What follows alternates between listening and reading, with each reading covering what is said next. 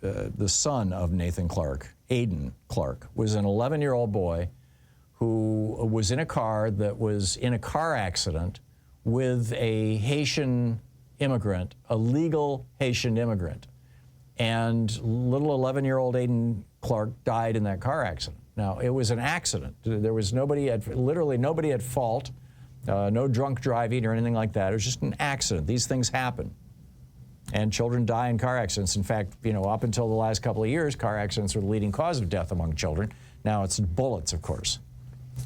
So his father, Nathan Clark, is getting seriously pissed off with J.D. Vance, Donald Trump, and these other right-wingers, and and what's going on in Ohio.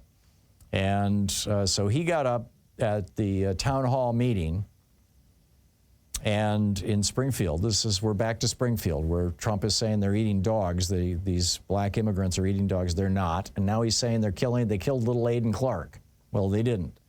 And this is what his father, Nathan Clark, said in these public comments. He said, "I wish that my son, Aiden Clark, was killed by a 60-year-old white man.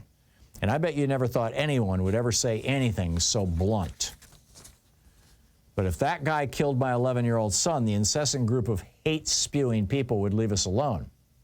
The last thing we need is to have the worst day of our lives violently and constantly shoved in our faces." But even that's not good enough for them.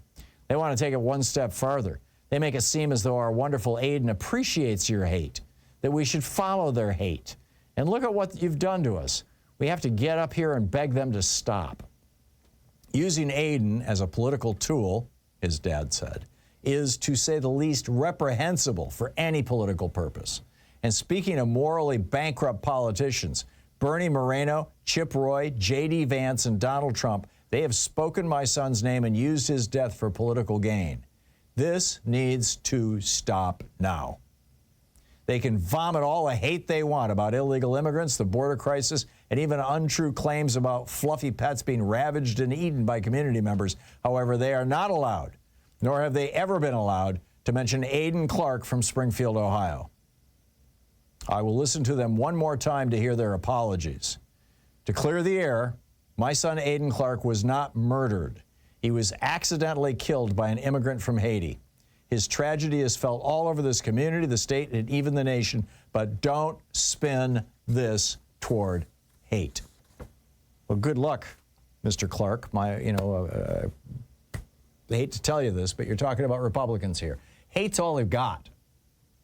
They're funded by fossil fuel billionaires who know that they're wrecking the planet. They don't want us to talk about issues. They don't want us to talk about global warming. They don't want us to talk about health care for people. They don't want us to talk about education for people or student debt. All they want us to talk about is hating on people, because that's what they think is going to win them an election, is if they can get enough white people really angry at black people, really filled with hate, they believe those people will show up and vote. Meanwhile, the former deputy director of the FBI, the number 2 man at the FBI, Andrew McCabe, has come out and said, and this was just in the last day or so, in the One Decision podcast with Sir Richard Dearlove, a former head of MI6, the British intelligence service. In this conversation, McCabe just came right out and said it. And keep in mind, this is the number 2 man in the FBI. He's no longer. He said, you have to have some very serious questions about why is it that Donald Trump has this fawning admiration for Vladimir Putin in a way no other American president, Republican or Democrat, ever has. It may just be from a fundamental misunderstanding of this problem set. That's always a problem. That's always a possibility. And I guess the other end of that spectrum would be that there is some kind of a relationship or a desire for a relationship of some sort, be it economic or business-oriented, what have you. I think these are the possibilities. None of them have been proven, but as an intelligence officer, these are the things I think about.